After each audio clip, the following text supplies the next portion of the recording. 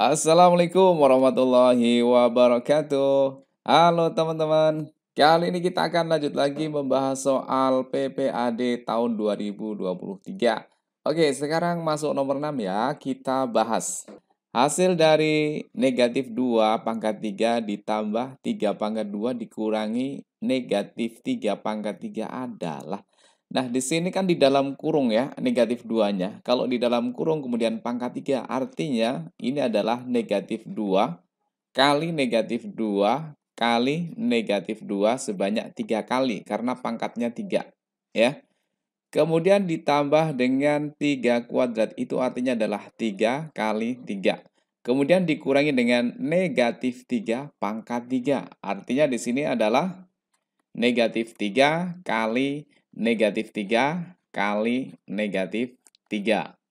Oke, sekarang kita lihat di sini ya. Negatif 2 kali negatif 2 itu adalah positif ya. Karena negatif kali negatif kan positif. Atau kita tulis 4 saja. Kemudian 4 kali negatif 2 ini hasilnya adalah negatif 8 ya. Oke, kemudian ditambah dengan 3 kali 3 itu hasilnya 9. Dikurangi dengan negatif 3 kali negatif 3 hasilnya 9. 9 kali negatif 3 berarti negatif 27. Hasilnya sama dengan negatif 8 ditambah 9 itu sama halnya dengan 9 kurangi 8 nilainya 1. Kemudian di sini ada negatif-negatif itu menjadi positif 27. Maka jadinya sama dengan 28. Jadi jawabannya adalah yang C. Oke, lanjut soal nomor 7 ya. Bentuk sederhana dari ini adalah, oke, di sini ada bilangan bulatnya 4, di sini bilangan bulatnya 2. Boleh langsung dibagi. 4 bagi 2 hasilnya 2. Kemudian yang di atas ada akar, yang di bawah ada akar. Karena masing-masing ada akar, maka boleh langsung dibagi, asalkan semuanya ada akarnya ya. 128 bagi 2 itu sama dengan 64. Jadi akar 128 dibagi akar 2 adalah akar 64. Nilainya sama dengan 2, kemudian akar 64 itu nilainya 8 ya. 2 kali 8 hasilnya adalah 16. Jadi jawabannya harusnya 16. Di sini nggak ada ya. Oke, kalau gitu berarti jawaban yang nomor 7 adalah bonus. Oke, teman-teman, lanjut nomor 8 ya. Nilai dari ini adalah titik-titik. Wow, sepertinya ngeri ya. Kalau kita perhatikan yang di dalam akar ini masing-masing bisa dibagi 2 ya. Oke, langsung aja kita bagi akar 2 ya. Yang bagian atas dibagi akar 2, yang bagian bawah juga dibagi akar 2. Kita tulis ulang dulu ya. Nah, masing-masing yang atas kita bagi akar 2, yang bawah juga dibagi akar 2. Hasilnya akan sama dengan, nah, perlu teman-teman perhatikan ya, di sini ada bentuknya perkalian, yang bawah pengurangan.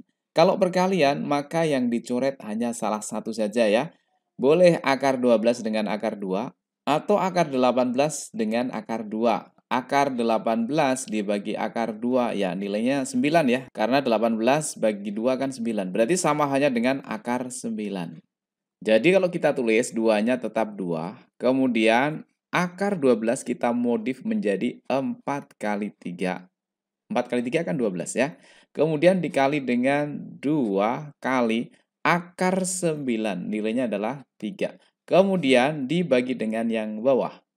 Kalau pengurangan atau penjumlahan masing-masing dibagi dengan penyebutnya, yaitu akar 72 dibagi akar 2 itu sama dengan akar 36, dikurangi dengan akar 8 dibagi akar 2 itu adalah akar 4. Di mana akar 36 itu nilainya 6 dan akar 4 nilainya adalah 2. Oke, langsung kita hitung lagi ya. 2-nya tetap 2 dikali dengan akar 4 itu nilainya 2. Kemudian di sini masih akar 3 kali 2 kali 3 adalah 6. Dibagi dengan 6 kurangi 2 nilainya 4. Nah, yang atas ini kan ada 2 kali 2. Padahal 2 kali 2 kan nilainya 4. Ya. Yang bawah juga 4 kan bisa dicoret. Ya. Jadi tinggal akar 3 kali 6. Atau nilainya sama dengan 6 akar 3. Jadi jawabannya adalah yang B. Lanjut nomor 9. Suatu jenis bakteri mampu membelah diri menjadi dua dalam waktu 30 menit. Pada pukul 10 di suatu media terdapat bakteri sebanyak 100. Pada pukul 12 bakteri yang ada sebanyak. Oke, teman-teman, ini boleh cari dengan menggunakan rumus ataupun boleh dengan cara logika sederhana atau cara manual ya. Di sini kan yang ditanyakan pada pukul 12 ya. Awalnya pada pukul 10, berarti kita tulis di sini pukul sama satunya lagi adalah bakteri. Pada pukul 10.00 banyak bakterinya ada 100. Jadi saat pukul 10 itu bakterinya 100. Kemudian dia akan membelah diri menjadi dua dalam waktu 30 menit. Jadi 30 menit kemudian yaitu pada pukul 10.30 ini bakterinya yang tadinya 100 ini membelah diri menjadi dua. Artinya kali 2. 100 kali 2 jadinya 200. Nah, seperti itu terus setiap 30 menit. Kita tinggal nambah aja waktunya di sini ya. Ini 10.30 tambah 30 menit jadinya adalah 11.00. Tambah 30 menit jadinya 11.30. Tambah 30 menit jadinya 12.00. Nah, sampai deh sama yang ditanyakan, ya kan? Oke, langsung kita kalikan 2 ya. 200 kali 2 hasilnya adalah 400. Kali 2 lagi hasilnya 800. 800 kali 2 hasilnya 1.600.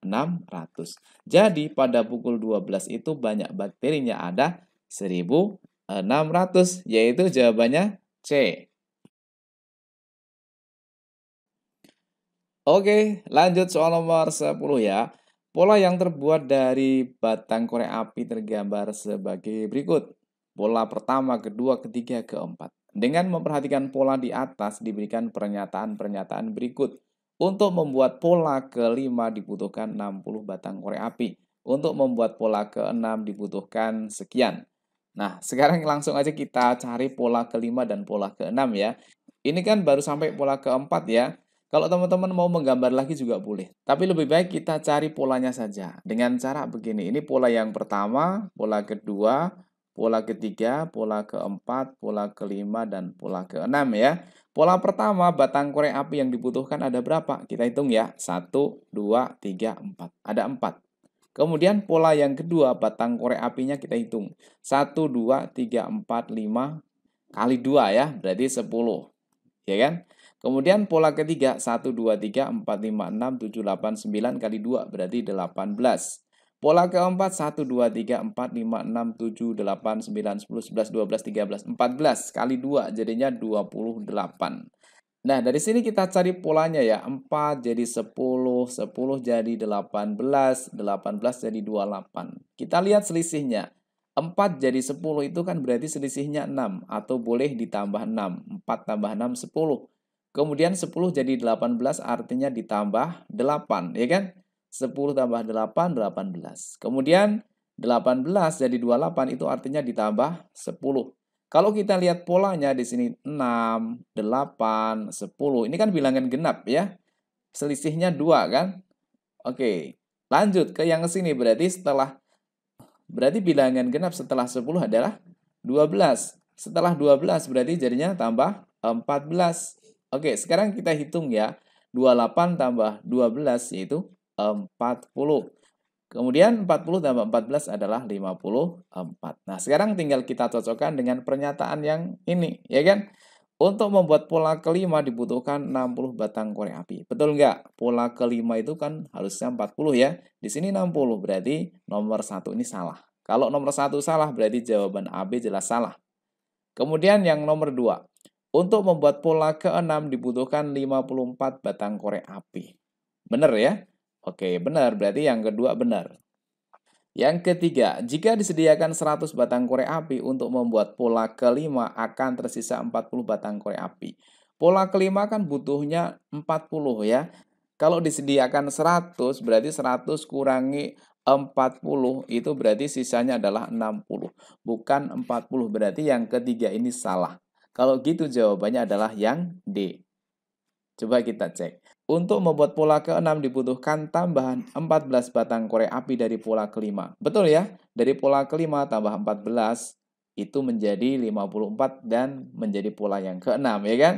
Oke teman-teman, kita bahas sampai nomor 10 dulu ya. Untuk nomor 11 dan seterusnya ada di channel Festus Math. Yuk buat teman-teman yang baru menemukan channel ini ya, subscribe dulu ya channel Festus Math. Assalamualaikum warahmatullahi wabarakatuh.